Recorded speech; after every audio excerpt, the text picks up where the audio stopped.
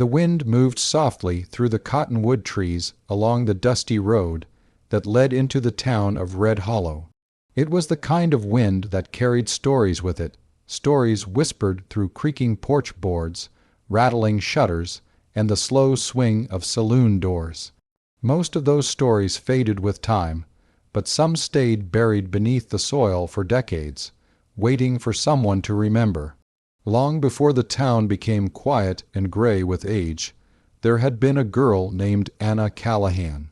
She arrived in Red Hollow when she was 19 years old, frightened and alone, riding in the back of a freight wagon that had come down from the Northern Rail line. She carried a small canvas bag and a folded letter in her coat pocket. The letter was from her uncle, the only family she had left after a sickness swept through her hometown and took both her parents within the same bitter winter. Her uncle, Patrick Callahan, lived outside Red Hollow on a small patch of land near the foothills. He had written only once, telling her she could come west and stay with him until she found her footing. The letter had taken 3 months to reach her.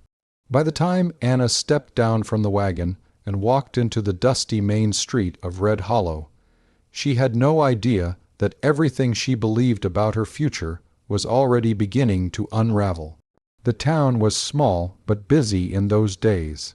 Horses lined the hitching posts, miners moved through the street with tired faces and dirt, stained clothes, and the sound of hammering drifted from a blacksmith shop at the far end of the road. Anna asked for directions to her uncle's property. The storekeeper pointed south, about 4 miles past the creek. He said, "Small cabin by the rocks." She thanked him and began walking. The sun hung low by the time she reached the place where the road narrowed and twisted toward the foothills. When she finally found the cabin, smoke no longer rose from its chimney, and the door swung slightly in the wind. Her heart sank before she even stepped inside. The cabin was empty. Dust coated the table and shelves, and a thin layer of leaves had blown across the floor. There was no firewood, no food, no sign that anyone had lived there in weeks.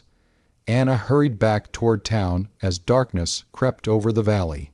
She found the sheriff's office just as lanterns were being lit along the street. Sheriff Thomas Briggs was a broad man with a thick mustache and a voice that carried easily across the room.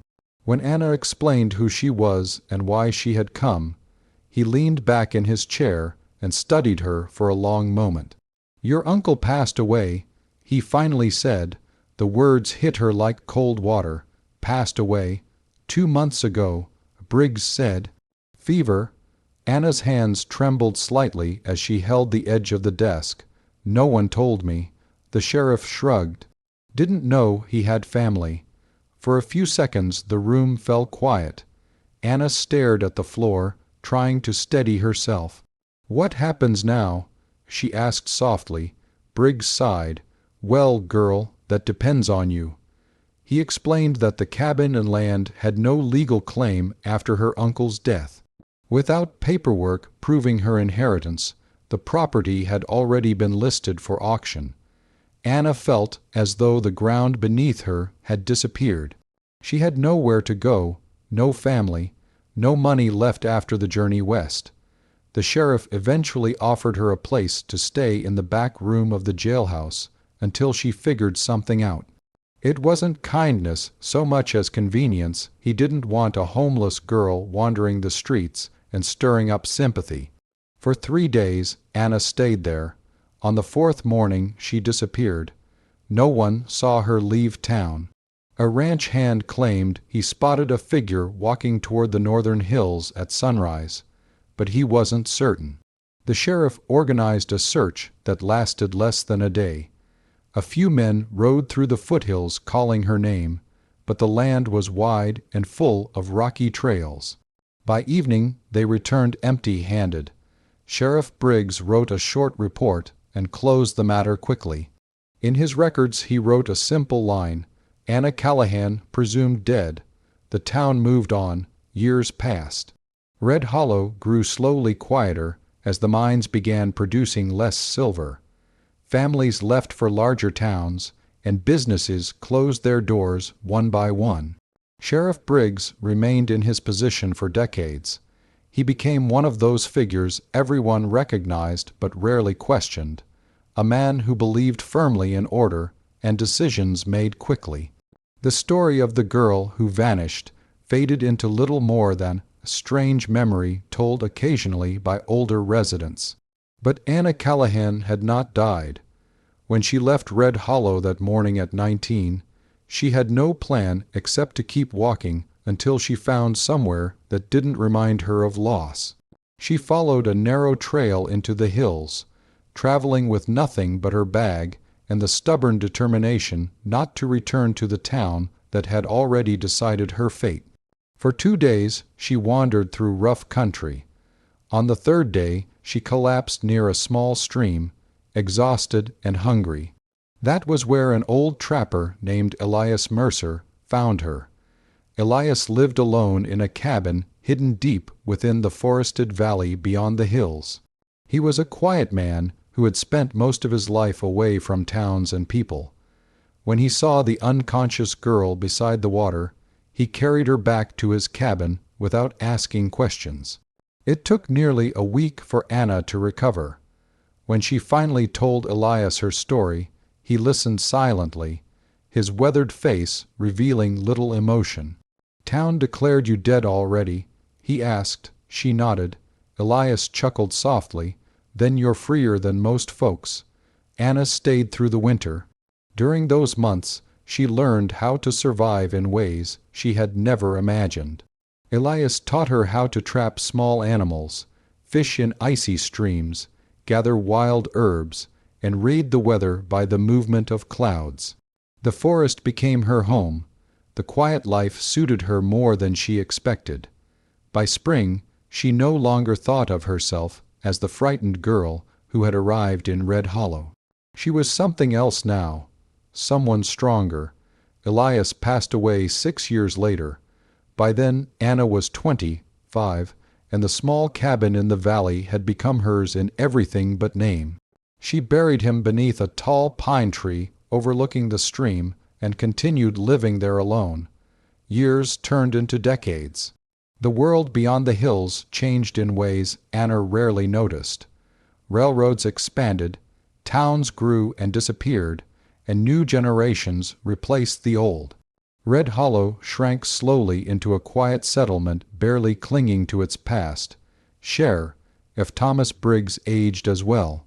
He remained in office longer than anyone expected, his hair turning gray and his steps growing slower with each passing year.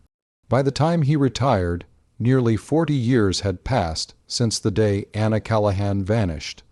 The story had become little more than a faded entry in the town's records. One autumn morning, long after Briggs had left his post and grown old in a small house near the edge of town, a stranger rode into Red Hollow. She was a woman in her late 50s with strong posture and clear, steady eyes. Her dark hair carried streaks of silver, and her clothing showed the practical wear of someone used to living outdoors. She tied her horse outside the general store and stepped inside. The young clerk looked up. "Can I help you?" The woman smiled gently. "I'm looking for Sheriff Briggs." The clerk hesitated. "He retired years ago."